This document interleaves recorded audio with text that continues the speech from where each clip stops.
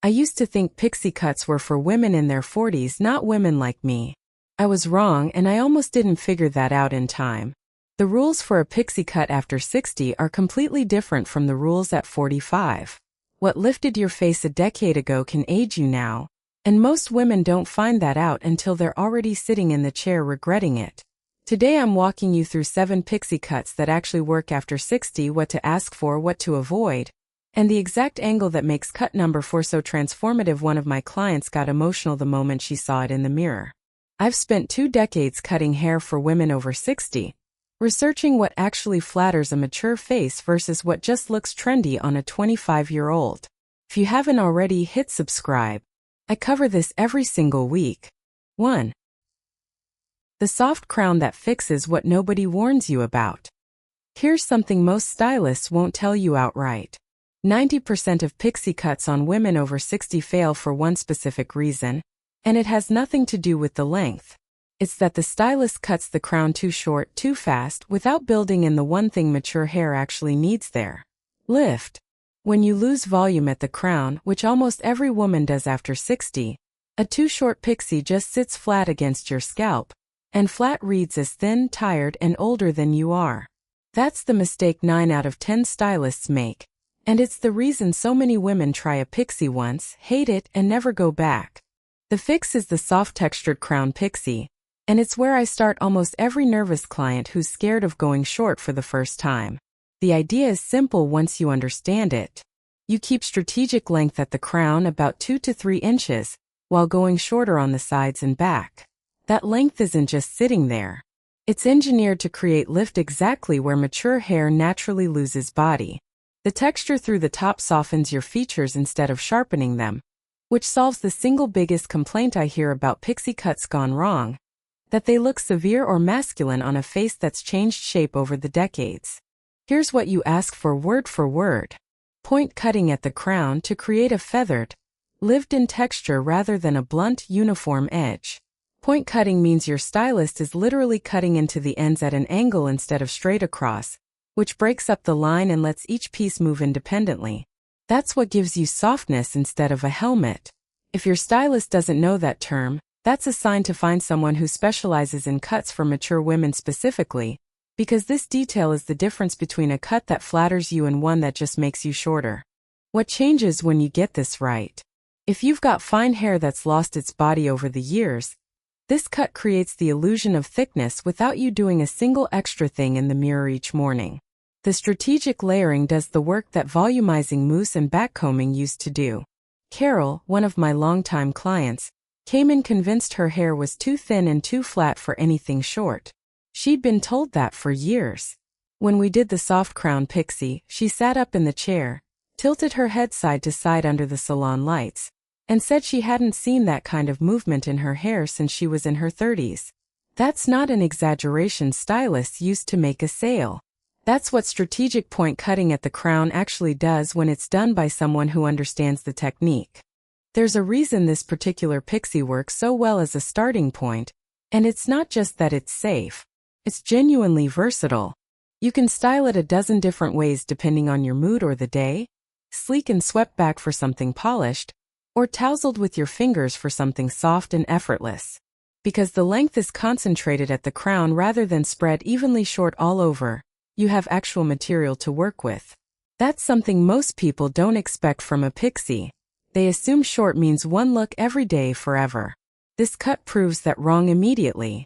I want to be specific about who this is for, because not every pixie suits every woman, and I'd rather tell you the truth than sell you a cut that won't work. This one is ideal if your hair has thinned at the crown specifically, if you've noticed your part looking wider than it used to, or if you're nervous about commitment and want something that eases you into short hair rather than throwing you in at the deep end.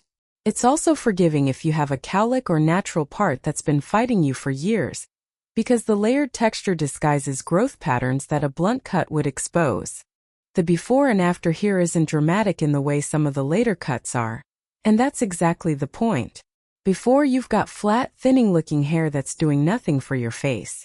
After, you've got soft lift and movement at the crown that makes your whole head of hair red as fuller and younger, without a single dramatic angle or edgy element. It's the quiet fix, the one that solves a problem you might not have even known had a name. But here's the thing. As gentle as this cut is, it sets up something you need to understand before we go any further, because the next cut takes the same principle of strategic length and uses it to solve a completely different problem, one that has to do with the actual shape of your face changing as you age. Stay with me because understanding why cut 2 works is what makes cut 4 make sense later. 2. The sweep that rebalances your whole face. Something happens to our faces after 60 that almost nobody talks about openly. They elongate. Not dramatically, not overnight, but gradually the soft tissue shifts, and a face that used to read as balanced can start to look longer than it used to. Most women notice it in photos before they notice it in the mirror, that sense of why does my face look different lately, without being able to name exactly what changed. Here's the problem. A blunt, short all-over pixie cut, the kind that was flattering at 45, actually emphasizes that elongation instead of correcting it. That's why so many women who loved short hair in their 40s try it again at 65 and feel like something's off, even if they can't say what. The fix is the side-swept elongated pixie, and once you understand why it works, you'll understand exactly why cut 4, the one I keep teasing, is built on this same logic taken even further. The elongated pixie keeps more length in the front, sweeping across the forehead or off to one side, rather than cutting everything uniformly short. This is crucial. When you keep that front length, you're creating a horizontal frame around your face instead of a vertical one. That horizontal line draws the eye side to side instead of up and down, which visually shortens and rebalances a face that's naturally lengthened with age. The technical detail that makes or breaks this cut is the graduation, meaning how the length transitions from the longer front pieces back to the shorter sides and nape. It has to be seamless. If your stylist creates a choppy, abrupt line where the front length meets the shorter back, you lose the softening effect entirely and end up with something that looks unfinished rather than intentional. Ask specifically for graduated layering from front to back, not a stepped or blunt transition. That single request tells a stylist you know what you're talking about, and it tends to get you a more careful, precise cut. Diane came to me convinced she needed to keep growing her hair longer because she felt her face had gotten longer with age, and longer hair felt like the only way to balance it. That's actually backwards. Longer hair with no shape just continues the vertical line her face was already creating. When we did the side-swept elongated pixie instead, with real graduation from the front sweep back, the horizontal movement across her forehead did in one cut what years of longer hair hadn't managed. She told me it was the first time in years a haircut had made her face look like it used to. What makes this cut genuinely useful day to day, beyond the face balancing effect, is its versatility. Because you've got that front length to work with, you can sweep it a different direction depending on your mood, off to the side for something soft and feminine, or straight back for something a little sharper and more polished. It doesn't lock you into one single look the way a uniform short crop can.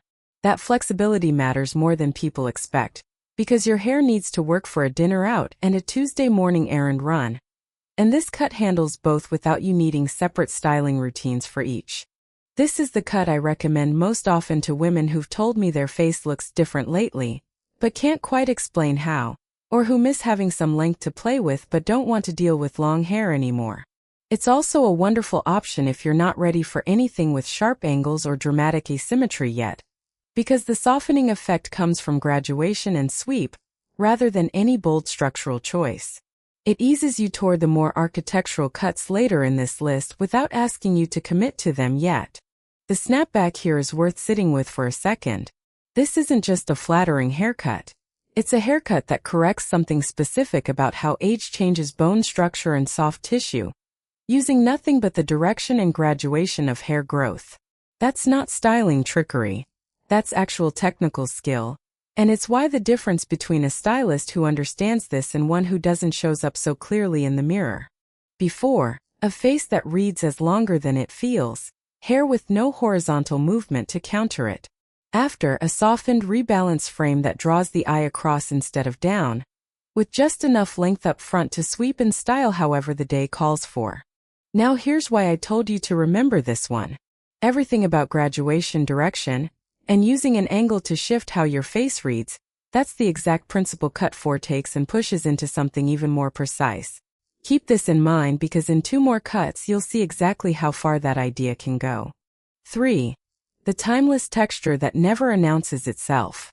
Some haircuts are trying to make a statement. This one isn't, and that restraint is exactly what makes it work for decades rather than seasons. The wispy layered classic Pixie is built entirely around delicate, feathered ends that move naturally instead of blunt lines that hold their shape rigidly. Where the soft crown Pixie from part 1 concentrates its texture at the top, this cut distributes layering evenly throughout the whole head, which creates a rounded, feminine silhouette that follows your actual head shape instead of fighting it. Here's what separates this from cut 1 because at a glance they can look similar in photos, and I want you to understand the real difference before you ask for either one. Cut 1 is about targeted lift at the crown to solve flatness. This cut is about even all-over graduation to create softness and roundness everywhere, especially around the ears and at the nape of the neck. This is a technically demanding cut, and I want to be honest with you about that rather than pretend every stylist can execute it well. It requires real skill in both razor cutting and point cutting, 2 techniques that create texture in different ways. Razor cutting removes bulk and creates a soft, feathered edge by slicing at an angle rather than cutting straight across. Point cutting, which we talked about in part 1, creates texture at the very ends. Used together throughout the whole head, they're what produce that soft, rounded, effortless look rather than something stiff or dated. Ask your stylist directly whether they use razor work for texture, and watch how confidently they answer. That tells you a lot. Patricia had been getting the same basic shortcut for almost 15 years, one that had started to look dated without her quite realizing why. It wasn't the length that was the problem.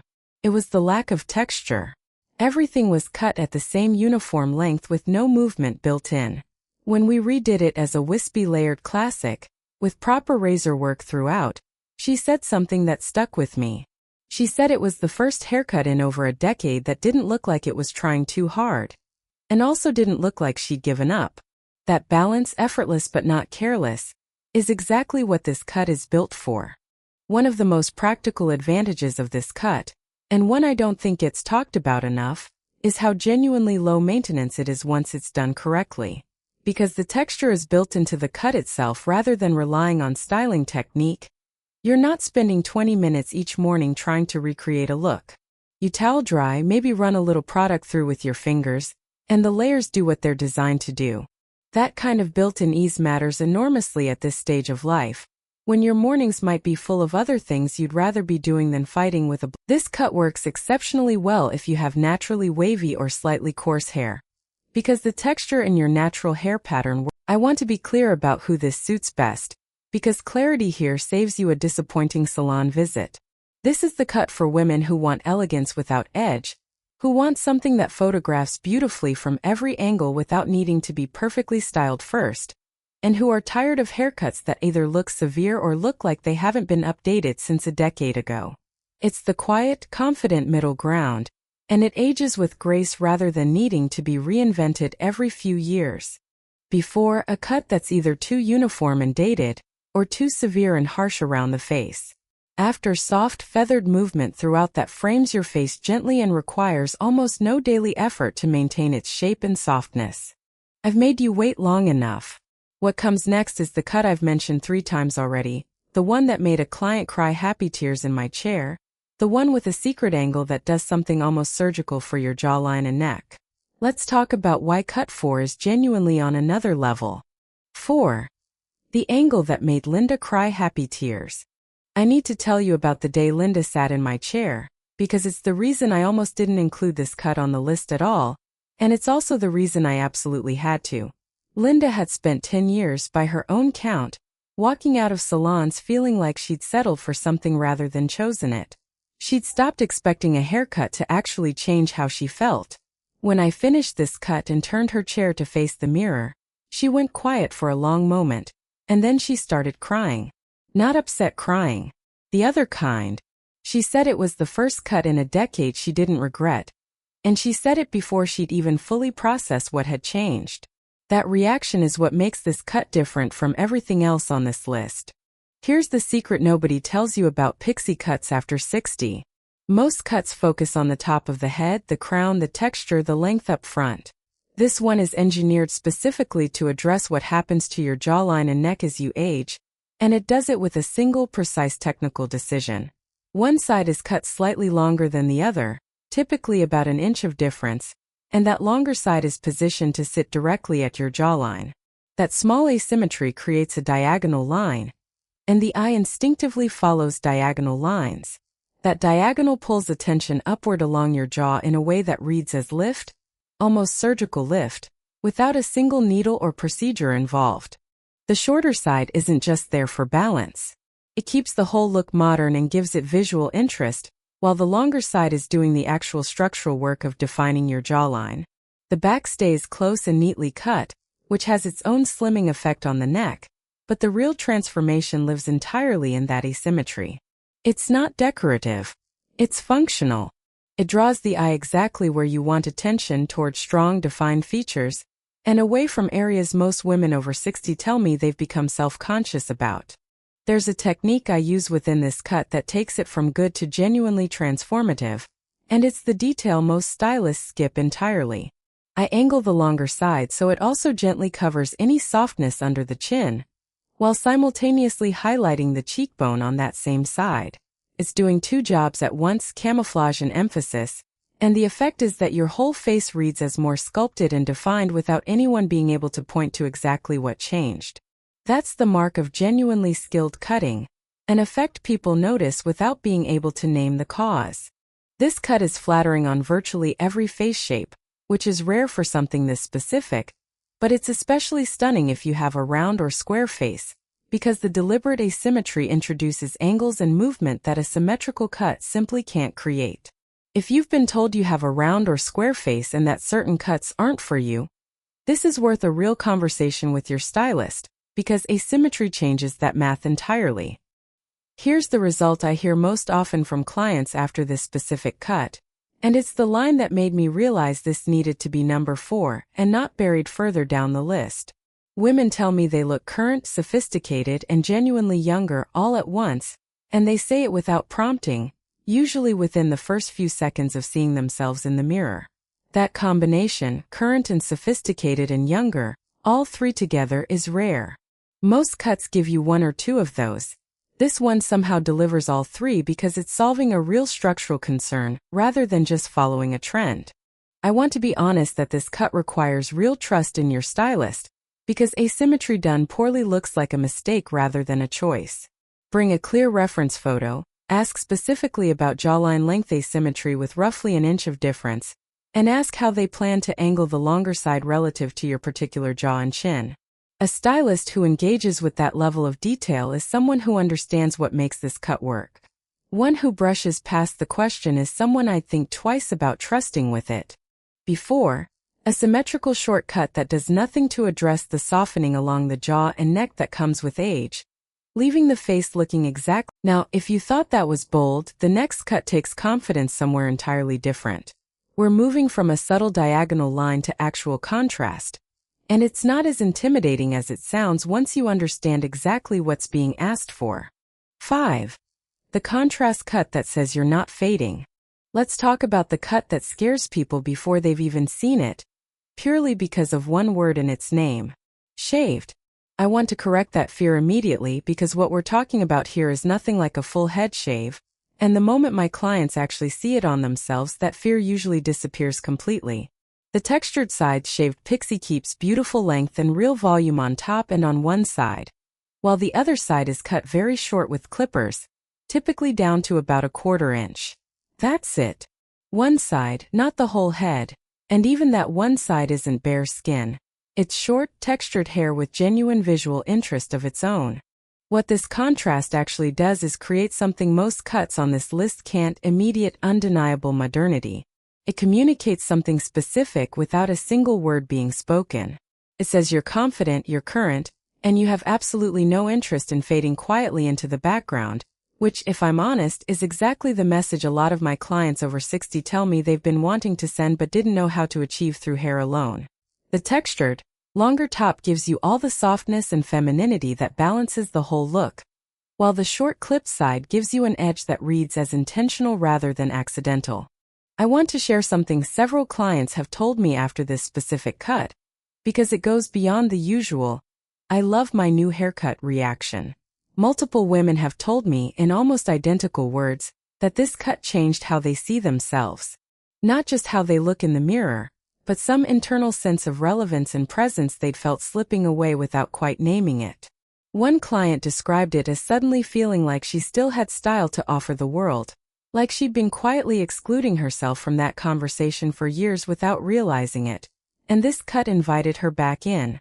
There's a practical advantage here that goes beyond the visual statement, and it's worth knowing before you dismiss this cut as too much. If you have thicker or coarser hair, removing that bulk from one side makes styling the remaining longer section significantly easier day to day. You're not fighting weight and volume on both sides every morning, you're managing one textured, voluminous side, which actually simplifies your routine rather than complicating it. That surprises a lot of women who assume a bolder cut automatically means more maintenance. Often it's the opposite. I also want to address the commitment concern directly, because it's the question I get asked most about this specific cut. What happens when it grows out, or if you decide after a few months that it's not quite you long term? The shaved section grows out gracefully, transitioning into soft, short texture rather than an awkward, patchy in-between stage. That growing out period can even become its own interesting look for a while, rather than something you need to rush back to the salon to fix. That flexibility takes a lot of the pressure off actually trying it. This cut is best suited to women who are ready to make a genuine statement, who felt a little invisible lately, and want a change that people actually notice and comment on, and who have thicker or fuller hair that would benefit from having some bulk strategically removed. If you're someone who's always played it safe with your hair and you're curious what it would feel like to try something bolder just once, this is a remarkably good entry point into that world, because the longer side still gives you softness to fall back on.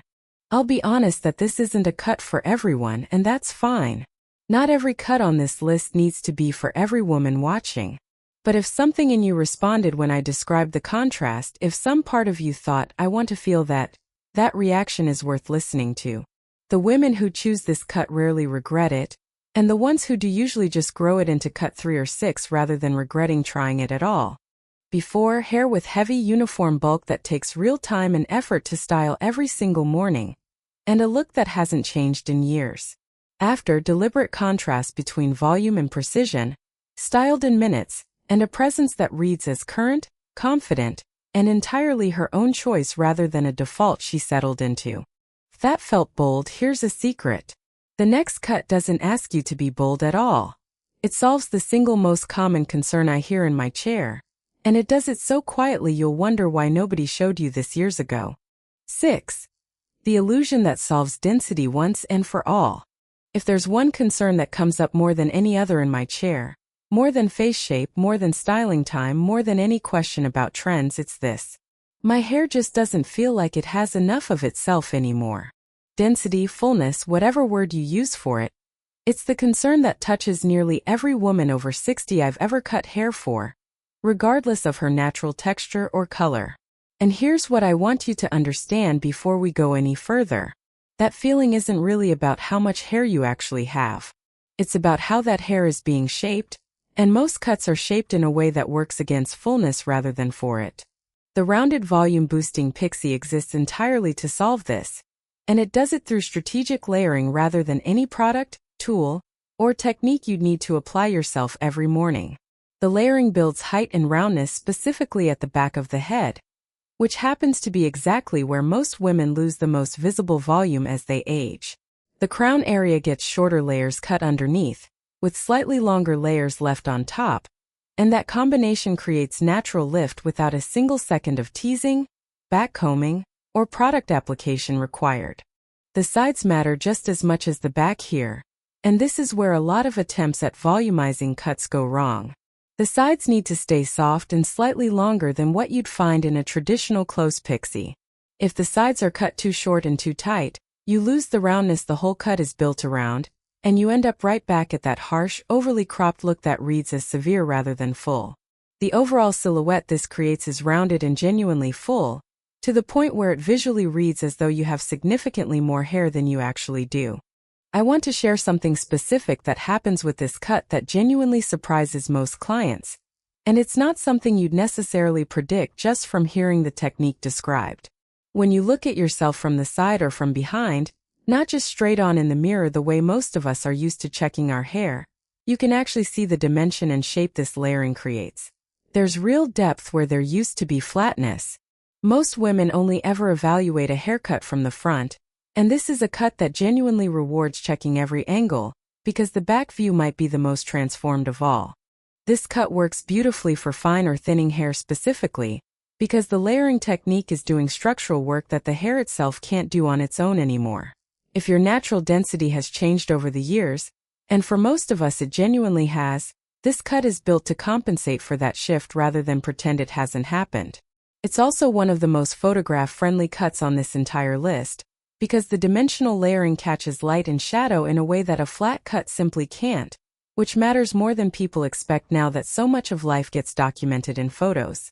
I want to be direct about who benefits most from this specific cut, because that clarity saves you from trying something that isn't solving your particular concern.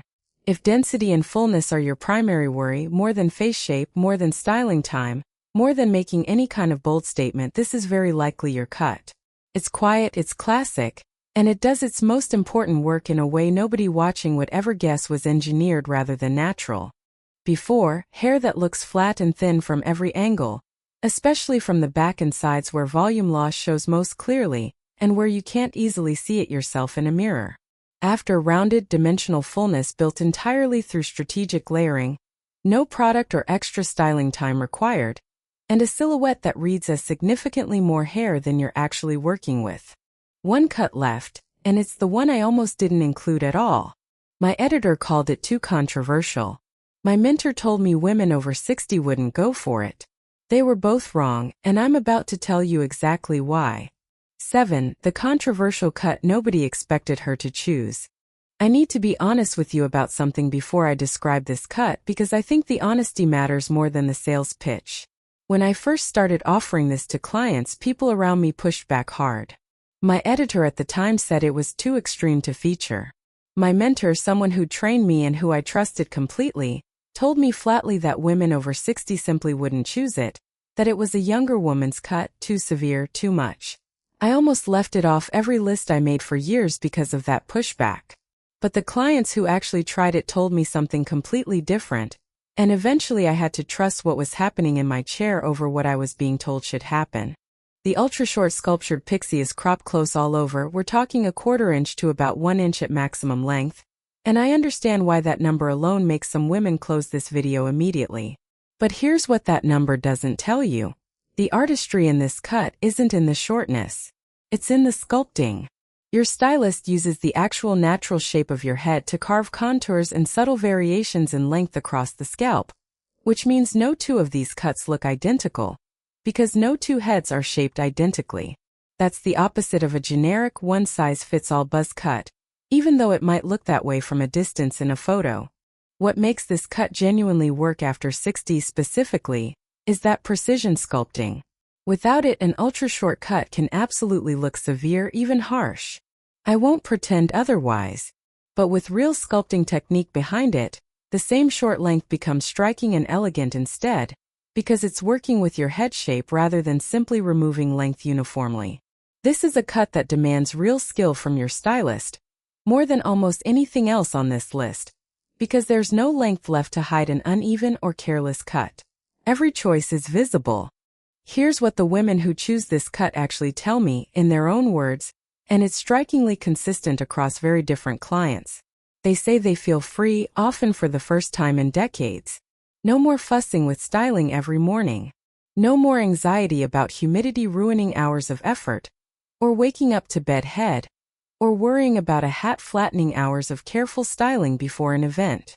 This is wash and go in the truest, most literal sense of that phrase, and for women who've spent 40 or 50 years managing hair as a daily chore, that freedom carries a weight that's hard to overstate until you've actually felt it yourself. I also want to be completely upfront that this cut is not for everyone, and I mean that sincerely, not as a marketing disclaimer. It's bold.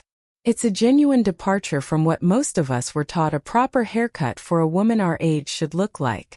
But the women who do choose it, and choose it deliberately rather than as a last resort, describe a specific kind of liberation that none of the other 6 cuts on this list quite offer. There's something about removing all the length, all the hiding places, that forces a different relationship with your own face, and most of the women who've done it tell me it's a relationship they end up genuinely preferring. This cut is especially striking if you have strong bone structure or features you've perhaps been taught to downplay rather than highlight. Because with no hair length competing for attention, your natural features move entirely to the forefront.